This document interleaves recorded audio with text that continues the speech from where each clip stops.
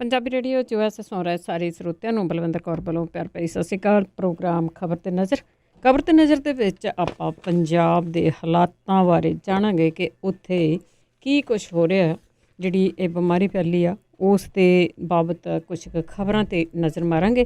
ਖਬਰਾਂ ਤੋਂ ਪਹਿਲਾਂ ਧੰਨਵਾਦ ਸਾਡੇ ਸਪਾਂਸਰ ਦਾ ਜਿਨ੍ਹਾਂ ਨੇ ਇਸ ਪ੍ਰੋਗਰਾਮ ਨੂੰ ਸਪਾਂਸਰ ਕੀਤਾ, ਸਭ ਤੱਕ ਪਹੁੰਚਾਇਆ।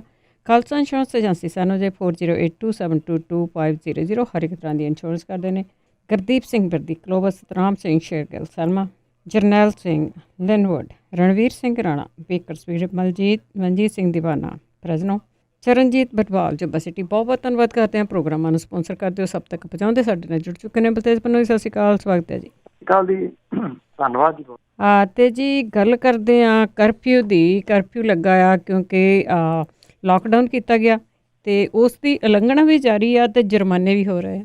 ਬਿਲਕੁਲ ਜੀ, ਨਾ ਤਾਂ ਜਿਹੜਾ ਵੀ ਉਹ ਟਿਕ ਰਹੇ ਆ, ਅਜੇ ਵੀ ਤੁਸੀਂ ਦੇਖਿਆ ਹੁਣ ਤੇ ਸਾਹਮਣੇ ਆ ਰਹੀਆਂ ਕਿ ਤਾਸ਼ ਕੁੱਟਣ ਦੇ ਜਿਹੜਾ ਜੀ ਉਹ 10-10 ਜਾਣੇ, ਜਿਵੇਂ ਉਹਨਾਂ ਨੂੰ ਮਸੀਂ ਮੌਕਾ ਮਿਲਿਆ ਹੋਵੇ ਜੀ ਕਿਸੇ ਤਾਸ਼ ਖੇਡਣ ਦਾ।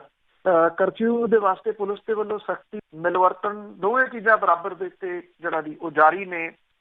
ਕੁੱਟਮਾਰ ਦੀ ਅੱਗੇ ਚੱਲ ਕੇ ਗੱਲ ਕਰਦੇ ਆ।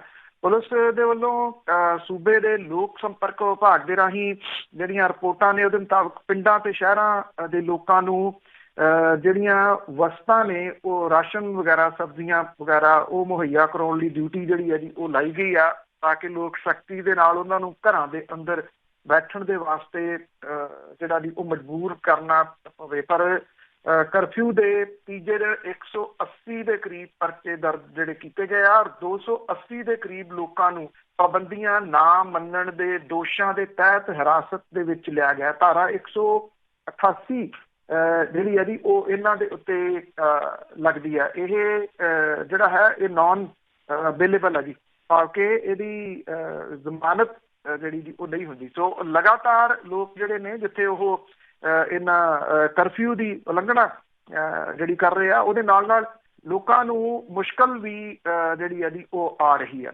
ਔਰ ਮੁਸ਼ਕਲਾਂ ਜਿਹੜੀਆਂ ਨੇ ਉਹਦੇ ਵਿੱਚ ਸਭ ਤੋਂ ਵੱਡੀ ਜਿਹੜੇ ਮੁਸ਼ਕਲਾਂ ਨੇ ਉਹ ਖਾਣ ਪੀਣ ਦੀਆਂ ਜਿਹੜੀਆਂ ਚੀਜ਼ਾਂ ਨੇ। ਉਹ ਚਲੋ ਜਦੋਂ ਪ੍ਰਧਾਨ ਮੰਤਰੀ ਹੋਰਾਂ ਨੇ ਐਲਾਨ ਕੀਤਾ ਸੀਗਾ ਜਨਤਾ ਕਰਫਿਊ ਦਾ, ਜਾਂ ਬਾਅਦ ਦੇ ਵਿੱਚ ਰਾਤ ਨੂੰ ਜਿਹੜਾ 8 ਵਜੇ ਇਹ ਐਲਾਨ ਕਰਤਾ ਕਿ ਇੰਨੇ ਦਿਨਾਂ ਦੇ ਵਾਸਤੇ ਜਿਹੜੀ ਜੀ ਇਹ ਲਾਕਡਾਊਨ ਕੀਤਾ ਜਾ ਰਿਹਾ, ਉਹ ਰਾਤ ਦਾ ਸਮਾਂ ਸੀ। ਲੋਕ ਤਾਂ ਉਦੋਂ ਭੱਜ ਪਏ, ਜਿਹੜੇ ਅਪਰੋਚ ਵਾਲੇ ਨੇ ਉਹਨਾਂ ਨੇ ਇੰਨਾ ਕੁ ਤਾਂ ਸਮਾਨ ਜਿਹੜਾ ਜੀ ਇਕੱਠਾ ਕਰ ਲਿਆ ਵੀ 8-10 ਦਿਨ ਤਾਂ ਕੋਈ ਵੱਡੀ ਮੁਸ਼ਕਿਲ ਪੇਸ਼ ਨਾ ਆਵੇ। ਜ਼ਿਆਦਾ ਜਿਹੜੀ ਮੁਸ਼ਕਿਲ ਆ ਰਹੀ ਹੈ ਜੀ ਉਹ ਰੋਜ਼ ਕਮਾ ਕੇ ਖਾਣ ਵਾਲੇ ਲੋਕਾਂ ਨੂੰ ਆ ਰਹੀ ਹੈ। ਜਿਹੜੇ ਦਿਹਾੜੀ ਕਰਨ ਵਾਲੇ ਮਜ਼ਦੂਰ ਤਬਕਾ ਹੈ ਜੀ, ਜਿਨ੍ਹਾਂ ਨੇ ਰੋਜ਼ ਕਮਾ ਕੇ ਲਿਆਉਣਾ ਹੁੰਦਾ ਤੇ ਉਹਨਾਂ ਨੇ ਰੋਜ਼ ਫਿਰ ਜਿਹੜਾ ਜੀ ਉਹ ਥੋੜ੍ਹੀਆਂ ਚੀਜ਼ਾਂ ਜਿਹੜੀਆਂ ਪਰਚੂਨ ਦੀਆਂ ਦੁਕਾਨਾਂ ਤੋਂ ਲਿਆ ਕੇ ਜਿਹੜੇ ਕਮਾਉਂਦੇ ਨੇ, ਉਹ ਫਿਰ ਆਪਣੇ ਟੱਬਰਾਂ ਦਾ ਜਿਹੜਾ ਜੀ ਉਹ ਢਿੱਡ ਭਰਦੇ ਆ। ਮੁਸ਼ਕਿਲ ਉੱਥੇ ਵੱਡੀ ਖੜੀ ਹੋ ਰਹੀ ਆ।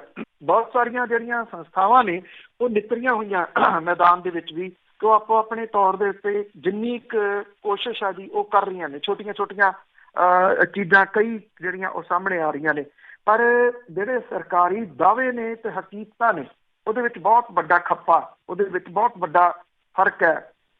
ਜਿਹੜਾ ਵੱਡਾ ਮਜ਼ਦੂਰ ਤਬਕਾ ਉਹਨਾਂ ਤੱਕ ਕਿਵੇਂ ਅਪਰੋਚ ਜਿਹੜੀ ਹੋਊਗੀ, ਕਿਵੇਂ ਉਹਨਾਂ ਤੱਕ ਖਾਣਾ ਦਾਣਾ ਜਿਹੜਾ ਜੀ ਉਹ ਇਹ ਪਹੁੰਚੂਗਾ, ਇਹ ਆਪਣੇ ਆਪ ਦੇ ਵਿੱਚ ਵੱਡਾ ਸਵਾਲ ਹੈ। ਮੈਂਬਰ ਪਾਰਲੀਮੈਂਟ ਭਗਵੰਤ ਮਾਨ ਹੋਰਾਂ ਨੇ ਸੰਗਰੂਰ ਤੇ ਬਰਨਾਲੇ ਦੇ ਵਿੱਚ ਜਿਹੜਾ ਜੀ ਉਹ ਪ੍ਰਬੰਧ ਸਾਰਾ ਹੋਇਆ ਸੀਗਾ, ਔਰ SGPC ਨੇ ਇਹ ਕਿਹਾ ਸੀਗਾ ਕਿ ਉਹ ਸੁੱਕਾ ਰਾਸ਼ਨ ਜਿਹੜਾ ਜੀ ਉਹ ਦੇਣਗੇ, ਪਰ ਐਨ ਸਮੇਂ ਦੇ ਉੱਤੇ ਉਹ ਸੁੱਕਾ ਰਾਸ਼ਨ ਦੇਣ ਤੋਂ ਨਾ ਕਰ ਗਏ ਕਿ ਅਸੀਂ ਸੁੱਕਾ ਨਹੀਂ ਦੇਣਾ।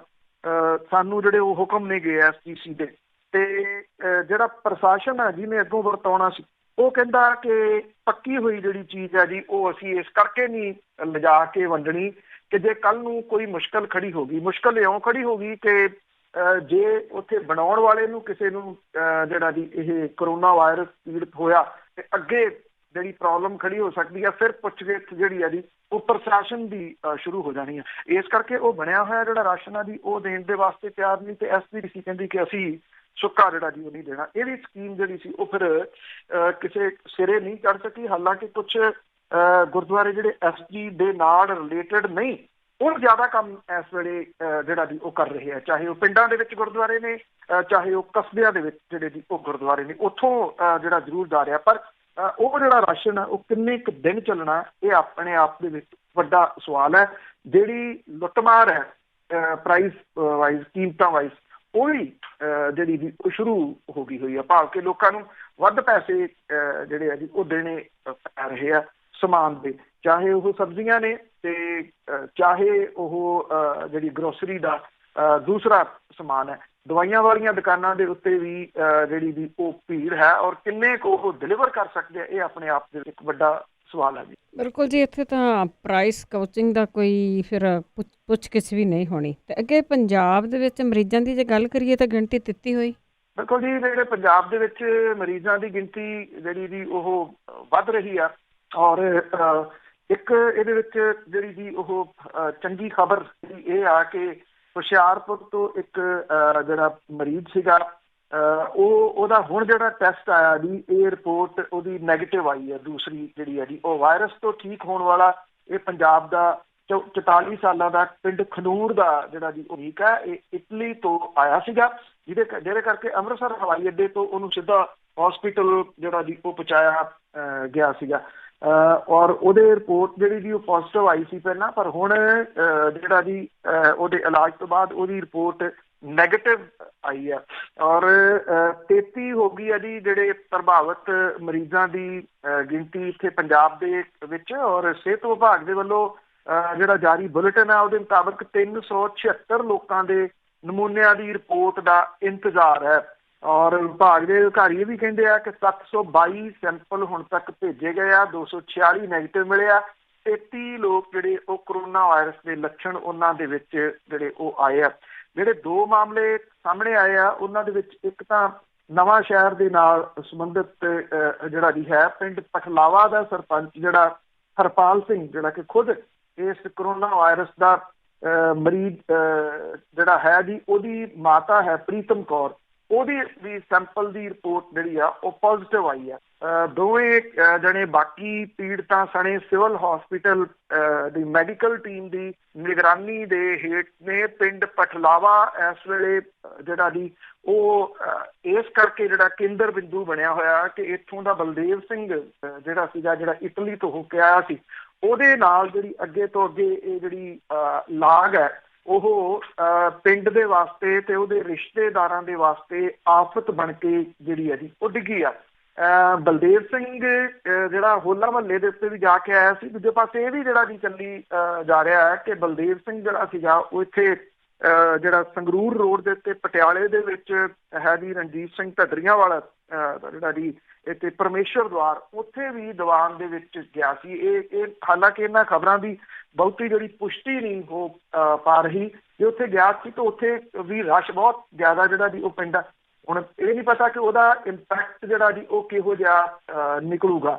ਔਰ ਜਿਹੜੇ ਲੋਕ ਉੱਥੇ ਗਏ ਨੇ ਹੋਲਾ ਮਹੱਲਾ, ਉਹ ਵੀ ਹੁਣ ਉਹਨਾਂ ਨੂੰ ਆਇਡੈਂਟੀਫਾਈ ਕਿਵੇਂ ਕੀਤਾ ਜਾਵੇ, ਇਹ ਸਭ ਤੋਂ ਵੱਡੀ ਸਮੱਸਿਆ ਜਿਹੜੀ ਹੈ ਜੀ ਉਹ ਬਣਦੀ ਤੁਰੀ ਜਿਹੜੀ ਜਾ ਰਹੀ ਹੈ ਪੰਜਾਬ ਦੇ ਕਿ ਕਿੱਥੇ ਕਿੱਥੇ ਜਿਹੜਾ ਜੀ ਇਹ ਵਿਅਕਤੀ ਗਿਆ ਸੀ। ਇਸ ਵੇਲੇ ਤਾਂ ਤੁਸੀਂ ਕਹ ਲਓ ਕਿ ਬਲਦੇਵ ਸਿੰਘ ਹੀ ਜਿਹੜਾ ਇੱਕ ਕਿਸਮ ਦੇ ਨਾਲ ਉਹ ਖਬਰਾਂ ਦੇ ਵਿੱਚ ਹੈ ਕਿ ਜਦੋਂ ਉਹਨੂੰ ਬਿਮਾਰੀ ਸੀ ਤਾਂ ਜਿਹੜੀ ਪੰਜਾਬੀਆਂ ਦੀ ਪ੍ਰਵਿਰਤੀ ਆ ਹੋਂ ਭਰੇ ਵਾਲੀ, ਇਹ ਉਹਦੀ ਉਸ ਪ੍ਰਵਿਰਤੀ ਦਾ ਜਿਹੜਾ ਜੀ ਉਹ ਮਾਲਕ ਸੀਗਾ, ਕਿਉਂਕਿ ਡਾਕਟਰਾਂ ਨੇ ਉਹਨੂੰ ਮਨਾ ਕੀਤਾ ਸੀਗਾ ਕਿ ਉਹ ਜਾਵੇ ਨਾ। ਹਾਂ, ਡਾਕਟਰਾਂ ਨੂੰ ਜਬਰੀ ਰੋਕਣਾ ਚਾਹੀਦਾ ਸੀ, ਨਹੀਂ ਰੋਕਿਆ, ਪਰ ਉਹ ਜਿਵੇਂ ਜਿਵੇਂ ਤੁਰਿਆ ਫਿਰਦਾ ਰਿਹਾ ਜੀ, ਔਰ ਜਿੱਥੇ ਜਿੱਥੇ ਗਿਆ ਉੱਥੇ ਉੱਥੇ ਇਹ ਬਿਮਾਰੀ ਦਾ ਪਰਛਾਵਾਂ ਨਾਲ ਨਾਲ ਗਿਆ ਜੀ। ਤੇ ਅੱਗੇ ਗੱਲ ਕਰਦੇ ਹਾਂ, ਮੁਲਕ ਦੇ ਵਿੱਚ ਇੱਕ ਦਿਨ ਦੇ ਵਿੱਚ 6 ਮੌਤਾਂ ਹੋਈਆਂ ਤਾਂ ਲੋਕ ਡਰੇ। ਬਿਲਕੁਲ ਜੀ, ਐਕਚੁਅਲੀ ਇਹ ਹੈ ਕਿ ਇਹ ਜਿਹੜੀਆਂ ਮੌਤਾਂ ਨੇ ਇਹ ਇੱਕੋ ਦਿਨ ਦੇ ਵਿੱਚ ਇਹ ਜਿਹੜੇ ਪੀੜਤ ਨੇ ਕਰੋਨਾ ਵਾਇਰਸ ਦੇ ਨਾਲ ਉਹਨਾਂ ਦੀਆਂ ਹੋਈਆਂ ਨੇ।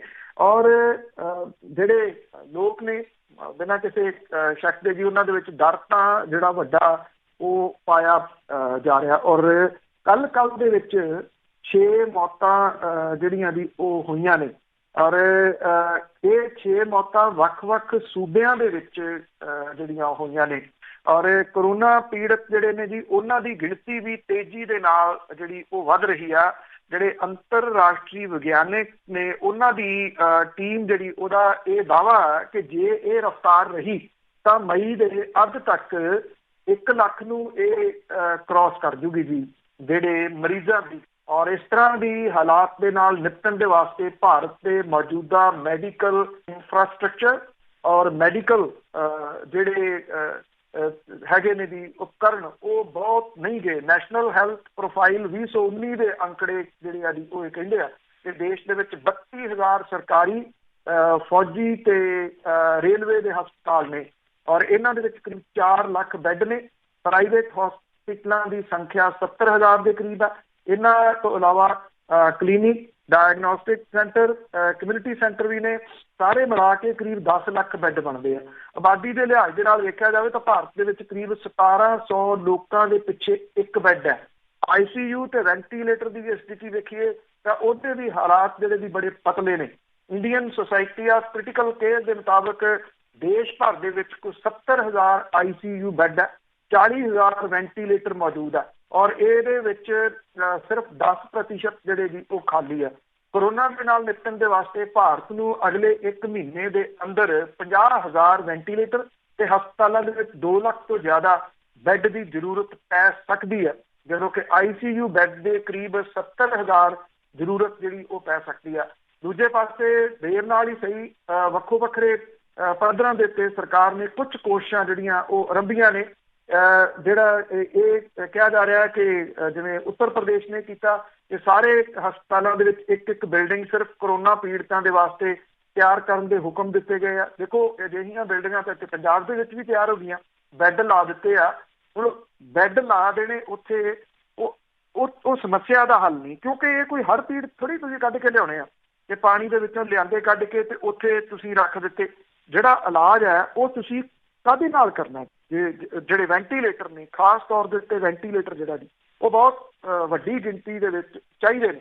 ਮੁਲਕ ਦੇ ਹਾਲਾਤ ਵੀ ਤੁਹਾਨੂੰ ਦੱਸੇ ਨੇ, ਪੰਜਾਬ ਦੇ ਹਾਲਾਤ ਰੋਜ਼ ਜਿਹੜੇ ਜੀ ਉਹ ਸ਼ੇਅਰ ਕਰ ਰਹੇ ਆ। 3 ਕਰੋੜ ਦੀ ਆਬਾਦੀ ਵਾਲੇ ਪੰਜਾਬ ਦੇ ਵਿੱਚ 312 ਟੋਟਲ ਵੈਂਟੀਲੇਟਰ ਨੇ ਤੇ ਜਿਹੜੇ ਜ਼ਿਲ੍ਹੇ ਦੀ ਰੋਜ਼ ਆਪਾਂ ਕਹਾਣੀ ਪਾ ਰਹੇ ਨਵੇਂ ਸ਼ਹਿਰ, ਸ਼ਹੀਦ ਭਗਤ ਸਿੰਘ ਨਗਰ, ਉੱਥੇ ਇੱਕ ਵੀ ਵੈਂਟੀਲੇਟਰ ਨਹੀਂ ਗਾ ਜੀ ਪੂਰੇ ਡਿਸਟ੍ਰਿਕਟ ਦੇ ਵਿੱਚ। ਇਹ ਹਾਲਾਤ ਨੇ ਜੀ।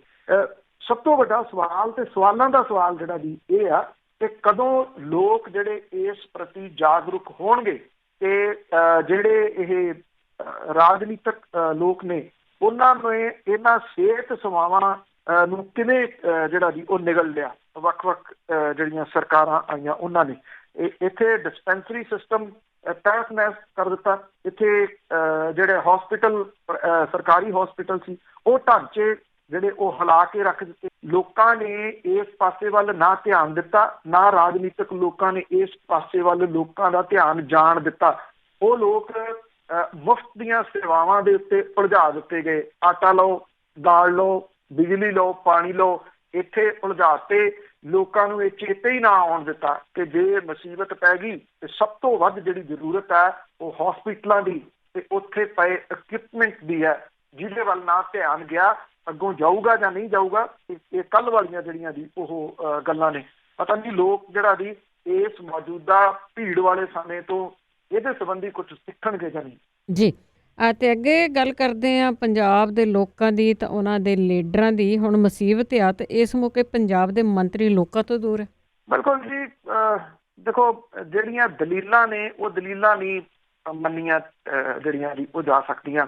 ਇਹ ਵੀ ਲੋਕਾਂ ਦੇ ਵਾਸਤੇ ਸਮਾਂ ਇਸ ਤਰ੍ਹਾਂ ਦਾ ਹੈ ਜੀ ਕਿ ਜਿਹਦੇ ਵਿੱਚ ਉਹਨਾਂ ਨੂੰ ਸੋਚਣਾ ਜਿਹੜਾ ਜੀ ਉਹ ਪਊਗਾ। ਉਹਨਾਂ ਨੂੰ ਸੋਚਣਾ ਇਹ ਪਊਗਾ ਕਿ ਇਹ ਉਹਨਾਂ ਦੇ ਵਾਸਤੇ ਖੜੇ ਹੋ ਰਹੇ ਆ ਲੀਡਰ ਜਾਂ ਨਹੀਂ। ਹਾਲ ਦੀ ਘੜੀ ਤਾਂ ਨਹੀਂ ਖੜੇ ਹੋ ਰਹੇ।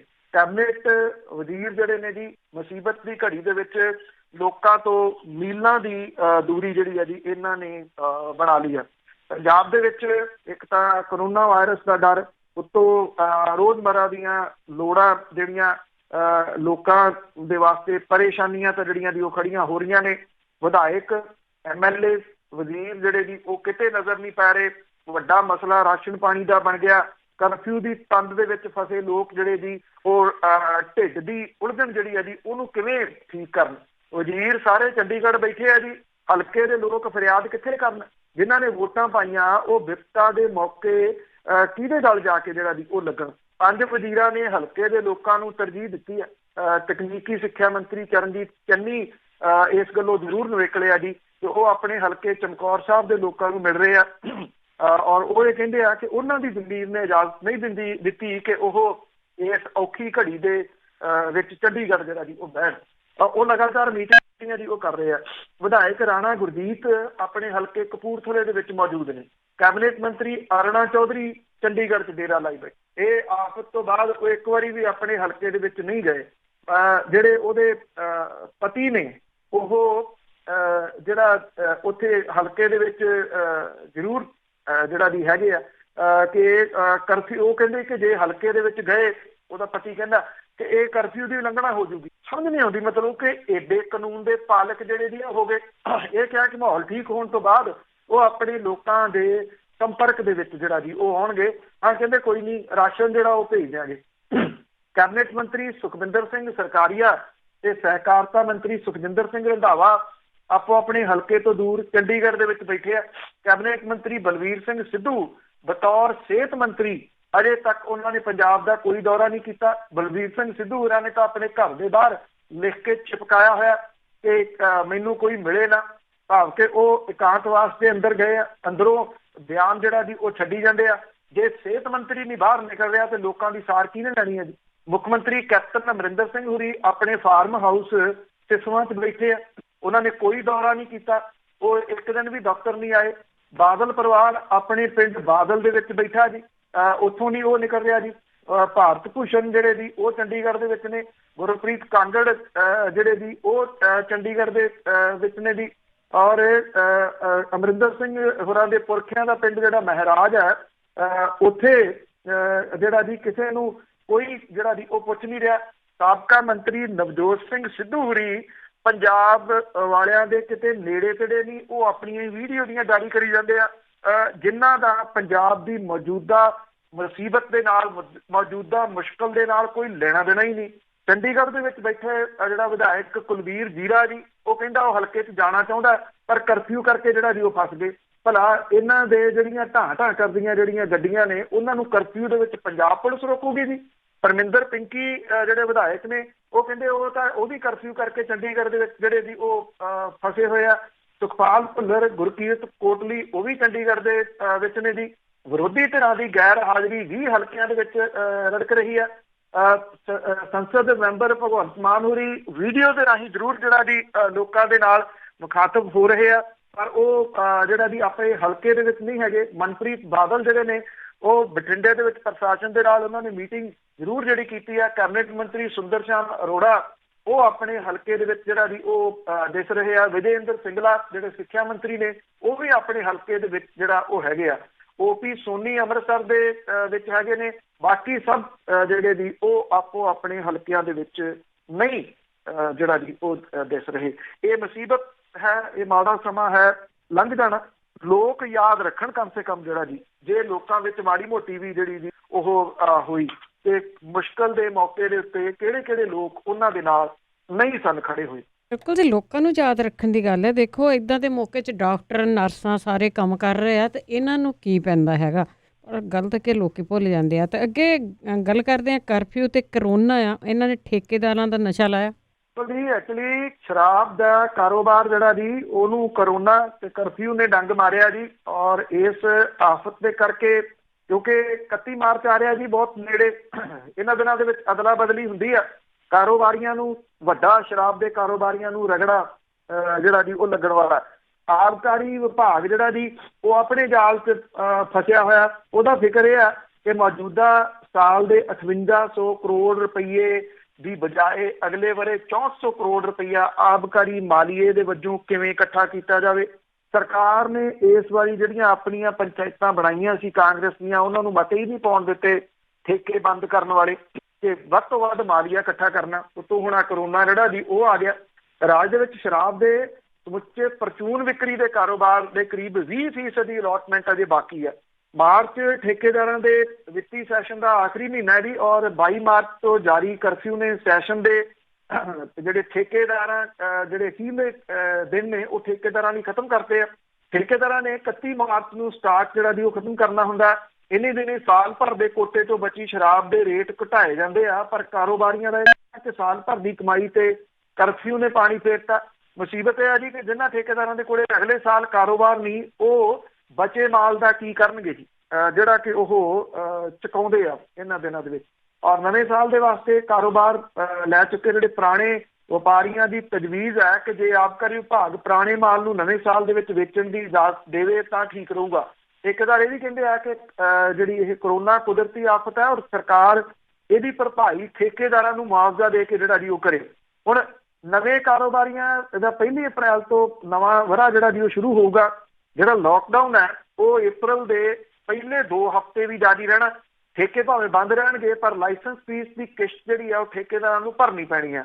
ਹੁਣ ਜਿਹੜਾ ਜੀ ਇਹ ਹੋ ਹੱਲਾ ਮਚਾ ਰਹੇ ਆ ਨਵੇਂ ਠੇਕੇਦਾਰ ਵੀ ਤੇ ਪੁਰਾਣੇ ਠੇਕੇਦਾਰ ਵੀ। ਤੇ ਪੁਰਾਣੇ ਜਿਹੜੇ ਆ ਜੀ ਉਹ ਕਹਿੰਦੇ ਆ ਕਿ ਉਹਨਾਂ ਦਾ ਪੁਰਾਣਾ ਮਾਲ ਕਿਵੇਂ ਨਿਕਲੂਗਾ। ਨਵੇਂ ਜਿਹੜੇ ਆ ਜੀ ਉਹ ਕਹਿੰਦੇ ਆ ਕਿ 2 ਹਫ਼ਤਿਆਂ ਦੀ ਫੀਸ ਉਹਨਾਂ ਤੋਂ ਨਾ ਜਿਹੜੀ ਜੀ ਉਹ ਲਈ ਜਾਵੇ। ਆਬਕਾਰੀ ਵਿਭਾਗ ਜਿਹੜਾ ਜੀ ਉਹ ਅਜੇ ਚੁੱਪ ਚਾਂ ਕਰਕੇ ਬੈਠਾ, ਇਸ ਮਾਮਲੇ ਦੇ ਉੱਤੇ ਕੋਈ ਹੱਲ ਜਿਹੜਾ ਜੀ ਉਹ ਨਹੀਂ ਕੱਢ ਰਿਹਾ।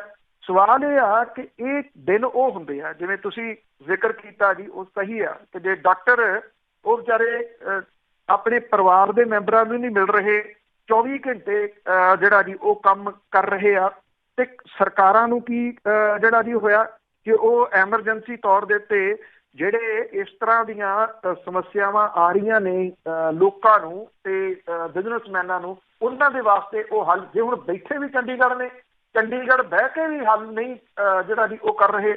ਮਤਲਬ ਕਿ ਸਿਰਫ ਡਾਂਗ ਫੜਾਤੀ ਆ ਪੁਲਿਸ ਵਾਲਿਆਂ ਦੇ ਹੱਥ ਦੇ ਵਿੱਚ ਤੇ ਕੁੱਟੀ ਚੱਲੋ ਤੇ ਲੋਕਾਂ ਨੂੰ ਅੰਦਰ ਜਿਹੜਾ ਜੀ ਉਹ ਵਾੜੀ ਚੱਲੋ। ਇਹਦੇ ਨਾਲ ਬਹੁਤੀਆਂ ਸਮੱਸਿਆਵਾਂ ਦਾ ਹੱਲ ਹੋ ਜੂ।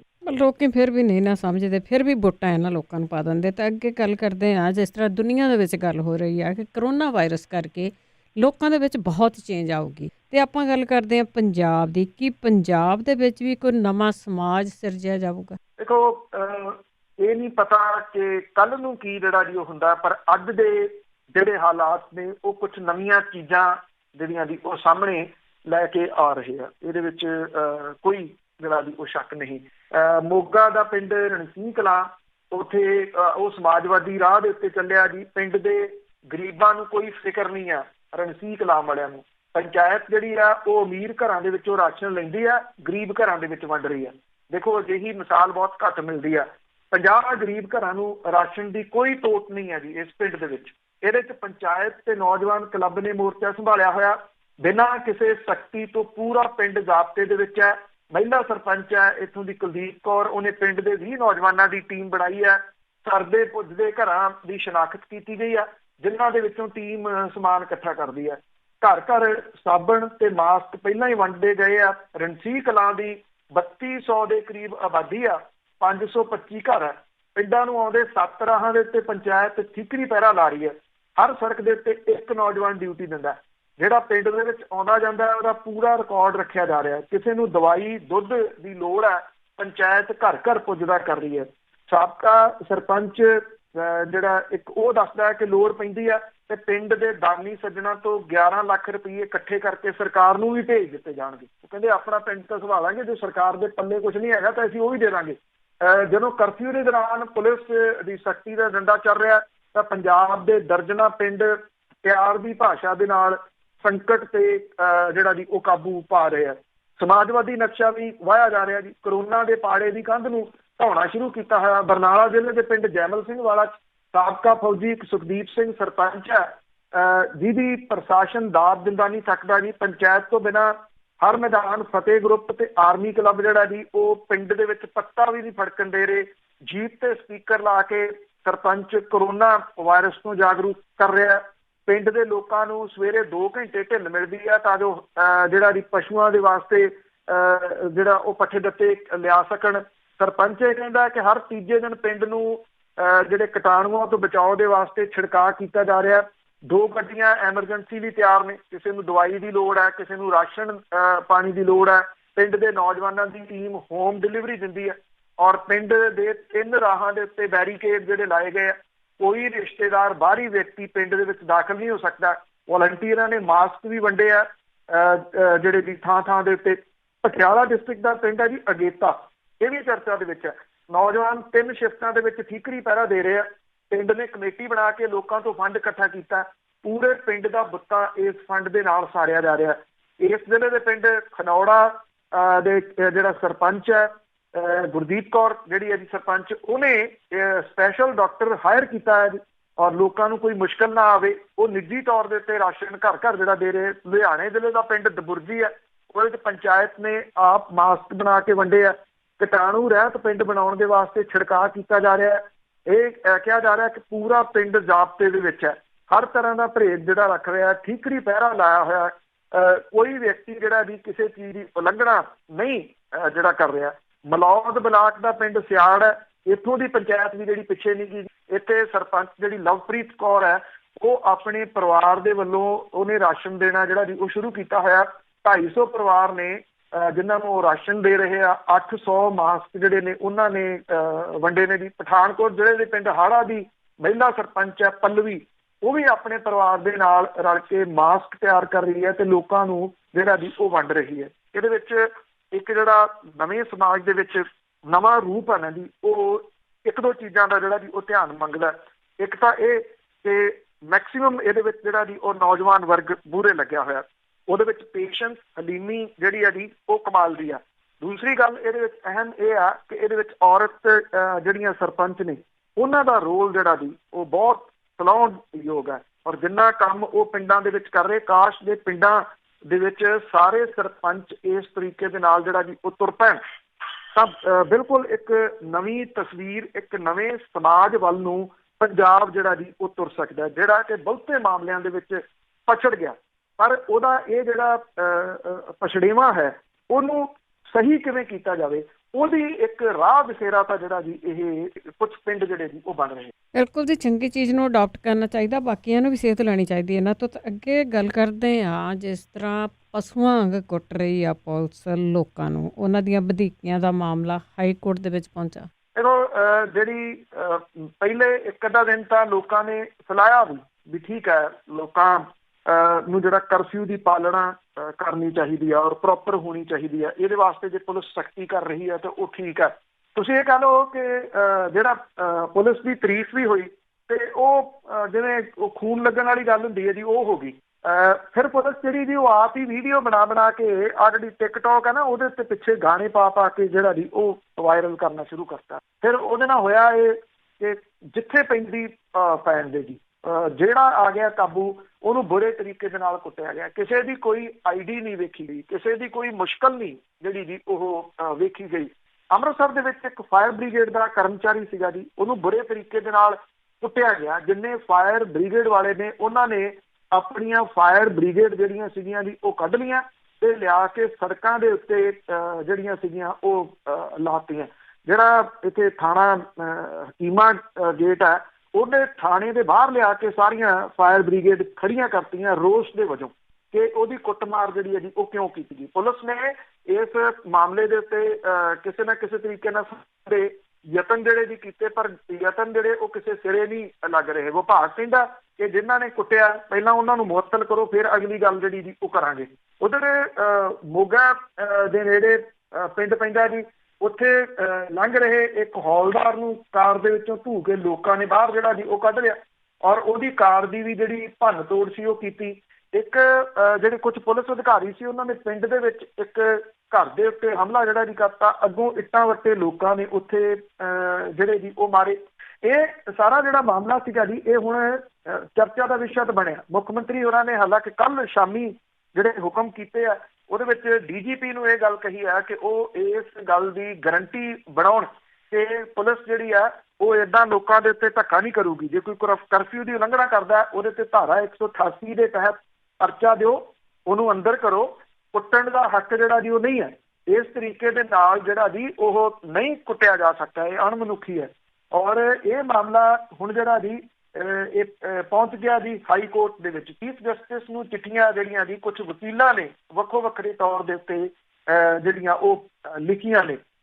ਇਹਦੇ ਵਿੱਚ ਜਿਹੜੇ ਹੈਲਪਲਾਈਨ ਸੁਸਾਇਟੀ ਆ, ਇਹਦੇ ਐਡਵੋਕੇਟ ਨੇ ਨਵਲ ਗਰਗ, ਉਹਨੇ ਚੀਫ ਜਸਟਿਸ ਹਾਈ ਕੋਰਟ ਦੇ ਉਹਨਾਂ ਨੂੰ ਚਿੱਠੀ ਲਿਖ ਕੇ ਇਹ ਕਿਹਾ ਕਿ ਜਿਹੜੀ ਪੁਲਿਸ ਹੈ ਉਹ ਆਪਣੇ ਅਧਿਕਾਰ ਖੇਤਰ ਦੀ ਉਲੰਘਣਾ ਕਰ ਰਹੀ ਹੈ। ਔਰ ਇਹ ਕਿਹਾ ਗਿਆ ਕਿ ਜਿੰਨੀਆਂ ਵੀਡੀਓਜ਼ ਨੇ ਉਹਨੂੰ ਦੇਖ ਕੇ ਜਿਹੜੇ ਪੰਜਾਬ ਹਰਿਆਣਾ ਹਾਈ ਕੋਰਟ ਹੈ ਜੀ ਉਹ ਤੁਰੰਤ ਇਹਦੇ ਉੱਤੇ ਐਕਸ਼ਨ ਜਿਹੜਾ ਜੀ ਉਹ ਲਵੇ। ਇਹ ਆਖਿਆ ਗਿਆ ਇਸ ਸਥਿਤੀ ਦੇ ਵਿੱਚ ਕਿ ਇੰਨੀਆਂ ਸੋਸ਼ਲ ਮੀਡੀਆ ਦੇ ਉੱਤੇ ਵੀਡੀਓ ਜਿਹੜੀਆਂ ਪਈਆਂ ਨੇ, ਜਿਹੜੀਆਂ ਕਿ ਪੀੜਤ ਲੋਕਾਂ ਦੇ ਮਨਾਂ ਦੇ ਉੱਤੇ ਡੂੰਘਾ ਅਸਰ ਜਿਹੜਾ ਉਹ ਕਰ ਰਹੀਆਂ ਨੇ। ਹੁਣ ਸਵਾਲ ਇਹਦੇ ਵਿੱਚ ਨਾ ਜੀ ਵੱਡਾ ਇਹ ਆ ਕਿ ਕਿਸ ਤਰੀਕੇ ਦੇ ਨਾਲ ਜਿਹੜਾ ਜੀ ਉਹ ਕੁੱਟ ਰਹੇ ਆ, ਜਿਹੜੀਆਂ ਪੈਰਾਂ ਦੀਆਂ ਜਿਹੜੀਆਂ ਤਾਲੀਆਂ ਨੇ ਉਹਨਾਂ ਦੇ ਉੱਤੇ ਡਾਂਗਾ ਮਾਰ ਰਹੇ ਆ, ਜਿਹੜੇ ਜੁੱਤੀ ਦੇ ਮੂੰਹ ਦੇ ਉੱਤੇ ਜਿਹੜਾ ਵੀ ਉਹ ਲੋਕਾਂ ਦੇ ਮਾਰ ਰਹੇ ਆ। ਚਲੋ ਦੰਡ ਬੈਠਕਾਂ ਕਢਾਉਣੀਆਂ ਜਾਂ ਉਹਨਾਂ ਤੋਂ ਬੁਲਵਾਉਣਾ ਉੱਥੋਂ ਤੱਕ ਸੀਮਤ ਤਾਂ ਠੀਕ ਸੀ, ਪਰ ਪੁਲਿਸ ਜਿਹੜੀ ਆ ਜੀ ਉਹ ਲੋੜ ਤੋਂ ਵੱਧ ਅੱਗੇ ਜਿਹੜਾ ਜੀ ਉਹ ਵੱਧ ਗਈ। ਤੇ ਹੁਣ ਵੇਖਣਾ ਹੈ ਕਿ ਹਾਈ ਕੋਰਟ ਇਹਦੇ ਉੱਤੇ ਅੱਜ ਜਿਹੜਾ ਜੀ ਉਹ ਕੋਈ ਨੋਟਿਸ ਲੈਂਦੀ ਆ ਇਹਨਾਂ ਚਿੱਠੀਆਂ ਦੇ ਉੱਤੇ ਜਾਂ ਨਹੀਂ। ਪਰ ਉਦੋਂ ਪਹਿਲਾਂ ਕਿਉਂਕਿ ਉਹਨੇ ਸਰਕਾਰ ਨੂੰ ਸੱਦਣਾ ਤੇ ਸਰਕਾਰ ਨੇ ਹੁਣ ਜਿਹੜਾ ਜੀ ਇਹ ਕਹਿ ਦੇਣਾ ਜੀ ਅਸੀਂ ਤਾਂ ਪਹਿਲਾਂ ਹੀ ਕਹਿ ਦਿੱਤਾ, ਹੁਕਮ ਦੇ ਦਿੱਤੇ ਹੋਏ ਆ ਪੁਲਿਸ ਨੂੰ ਕਿ ਇਹ ਕੁੱਟ ਕਟਾਪਾ ਜਿਹੜਾ ਜੀ ਉਹ ਬੰਦ ਕਰੋ। ਬਿਲਕੁਲ ਜੀ, ਪੁਲਿਸ ਤਾਂ ਉੱਥੇ ਕਚਹਿਰੀ ਲਾ ਲੈਂਦੀ ਸੀ ਤੇ ਨਾਲ ਹੀ ਨਵੇੜਾ ਕਰ ਦਿੰਦੀ ਸੀਗੀ, ਕਾਨੂੰਨ ਤਾਂ ਧੱਜੀਆਂ ਉਡਾਤੀਆਂ। ਬਹੁਤ ਬਹੁਤ ਧੰਨਵਾਦ ਬਲਤੇਜ ਪੰਨੂ ਜੀ। ਮਿਹਰਬਾਨੀ ਜੀ, ਧੰਨਵਾਦ ਜੀ, ਸਤਿ ਸ਼੍ਰੀ ਅਕਾਲ। ਸਤਿ ਸ਼੍ਰੀ ਅਕਾਲ ਜੀ। ਤੇ ਸਰੋਤੇ ਸਨ ਬਲਤੇਜ ਪੰਨੂ ਜੀ। ਇਸੇ ਦੇ ਨਾਲ ਸਾਡਾ ਅੱਜ ਦਾ ਬੁਲੇਟਿਨ ਇੱਥੇ ਹੀ ਸਮਾਪਤ। ਬਲਵਿੰਦਰ ਕੌਰ ਵੱਲੋਂ ਆਪ ਸਭ ਨੂੰ ਹੀ ਪਿਆਰ ਭਰੀ ਸਤਿ ਸ਼੍ਰੀ ਅਕਾਲ।